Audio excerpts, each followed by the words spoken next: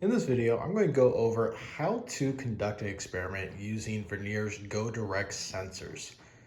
In this particular experiment, I'm going to be using the motion detector because this is probably going to be the one that most people will use initially. It's definitely the easiest one to use with students, kind of just get them familiar with the software as well as using the sensors. It's just an easy introduction to both collecting data, using sensors, and then being able to actually extrapolate evidence from a graph. Okay. So I'm just going to go through kind of the steps from beginning to end of conducting an experiment using these sensors. So with all of these sensors, our first step is obviously going to be to turn them on, right? As I kind of mentioned previously, they each have a power button that should be relatively prominent. We just need to hold it down for a couple seconds. And then we'll notice that there's going to be a blinking light, and that'll just kind of indicate that it's on. With this motion detector, we have to set it up in a way that it's actually going to be conducive to collecting accurate data. Now, I'll kind of talk about how to do so with each different sensor because they're each going to have their own little quirks, their own little kind of practical tips for collecting accurate data. So just kind of starting with our motion detector. So as with most motion detectors, right, it's going to use ultrasonic waves, right? It's going to send them out. They're going to reflect, bounce off whatever the object is that you're trying to collect the position off, and it'll collect the position based on that data. Kind of the key thing here is that it's not coming out in a straight line, right? It's kind of coming out more in a cone shape in all directions. So what that means is we want to kind of set our sensor up for success by limiting however much interference we can limit. In this case, right, I'm kind of setting it up at the edge. I don't want anything kind of directly below it, right? I'm not going to put it necessarily right on the floor because that's going to create a lot of interference. Also, if you're trying to do, students walking to and from the motion detector, I would suggest not doing this in a busy hallway because again, that just introduces a lot more interference if you have people walking past it whose motion you're not trying to detect. One other thing, with this motion detector, we want to make sure that we're getting the most accurate data possible. So whatever object whose motion we are trying to analyze and collect data from, it helps if it's going to be a pretty uniformly shaped object. So let's say if I'm just going to be collecting data of my own motion. I'm a pretty curvy person, right? So while data will generally be pretty accurate, I can improve and reduce the error in my data by holding up kind of a large, flat, rigid object, right? That could just be as simple as a piece of cardstock, a piece of cardboard. In this case, I'm kind of using a little chair cushion. So as I'm kind of walking to and from my motion detector, should be able to collect relatively accurate data. Now, that's kind of the key thing about collecting data with a motion detector. Let's get into how to actually conduct the experiment itself. Now, with whatever device you're using, you're going to want to open up the Vernier Graphical Analysis app. And this is one you should have downloaded on whatever device you're using. If you're doing it on your smartphone, it is a free app that you can easily download in the App Store, whether you're using Apple iPhone or some sort of Android. Obviously on the computer, you'll be able to download it directly from your browser. Once you have it open, you're going to start on this initial screen where it's going to ask for where we get our data from. In pretty much every case, we're going to be selecting sensor data collection. You always want to make sure that whatever sensor you're using is going to be on, because once you do that, it's going to show up in a list here. Now, if you're in a classroom where there's multiple sensors that are on, right, different students are using different ones, you want to make sure that you actually look at the code that is on your sensor. Once you find the correct code, all you need to do is click on it and it's going to connect automatically.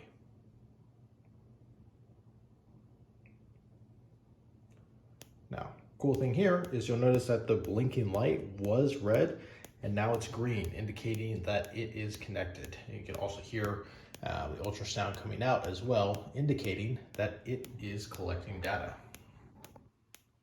Now, with our motion detector, it's pretty simple, right? We are simply detecting the motion of a moving object.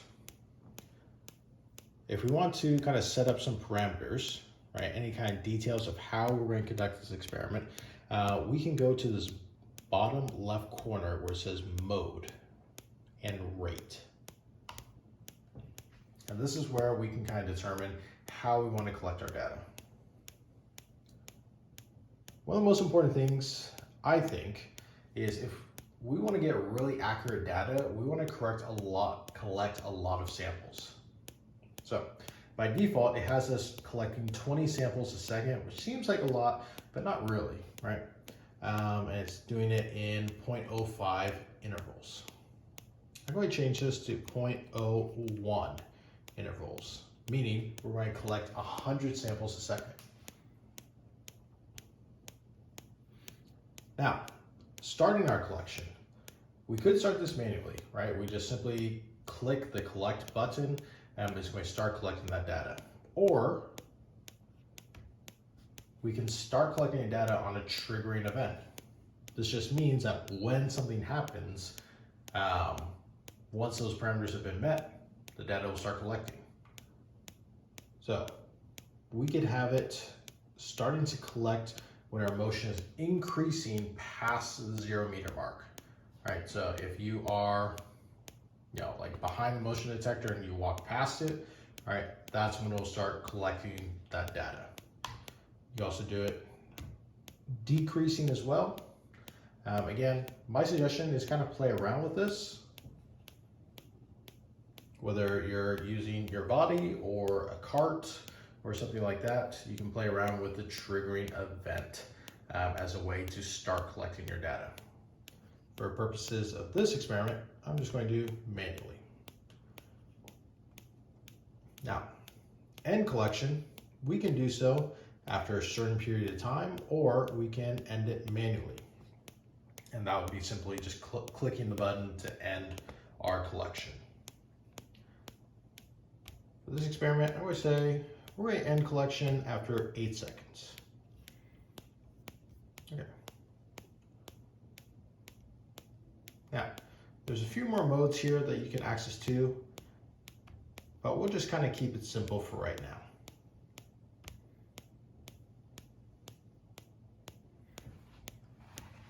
Now, what I'll do is I kind of have my parameters set.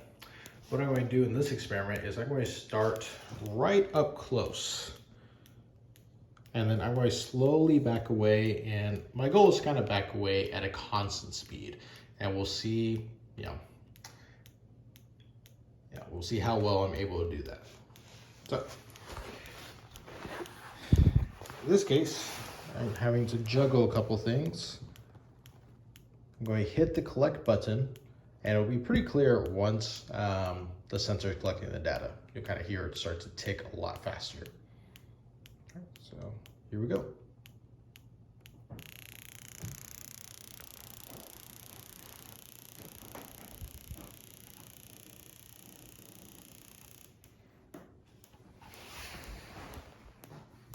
All right.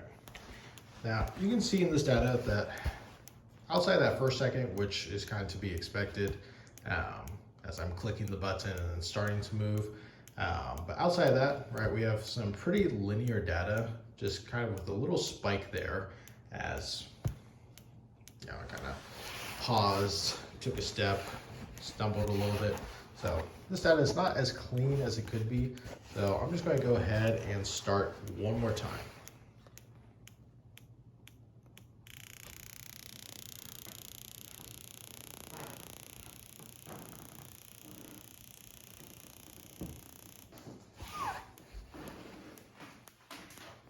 Much better.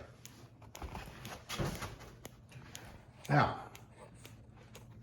okay, cool thing here is, again, outside of that first second, which I kind of expected there to be a little bit of a discrepancy, from 1 to 8 seconds, I have a pretty good pattern.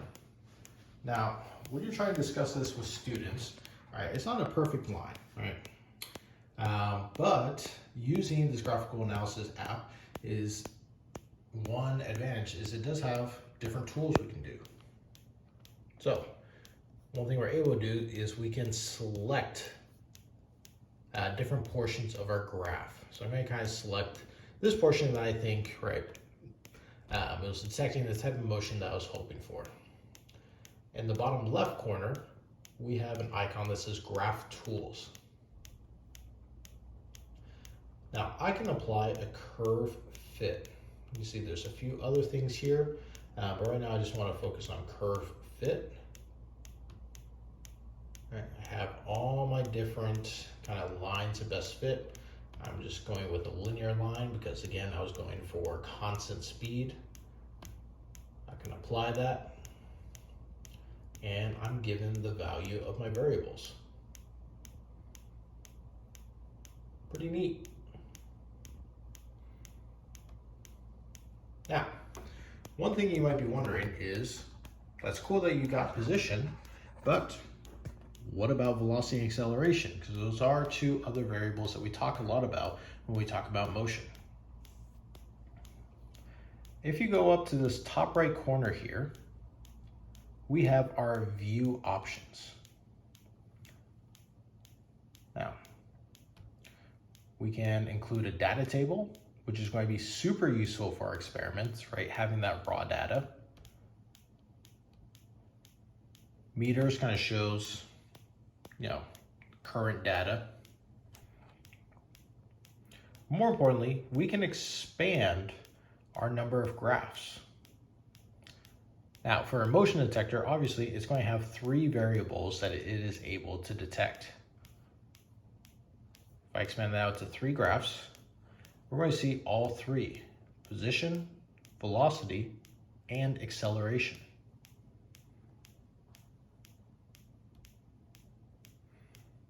Now, we can kind of play around with the zoom features to kind of get more accurate sense here, right? Again, we see for velocity, it's a little bit all over the place. But if I apply my curve fit, right, I see that I get a horizontal line, right? Basically no slope.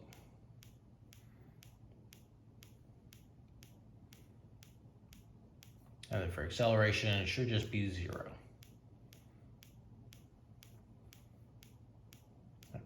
So, really easy way to kind of show students what our motion looks like in real life.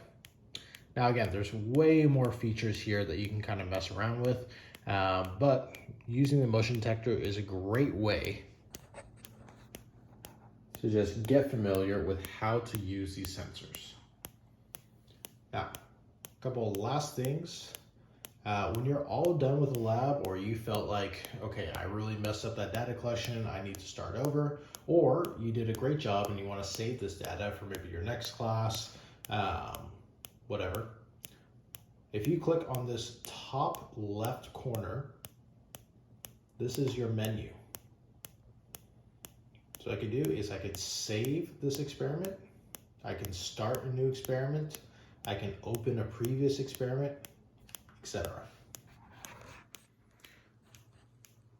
And that is going to be the extent of this particular video.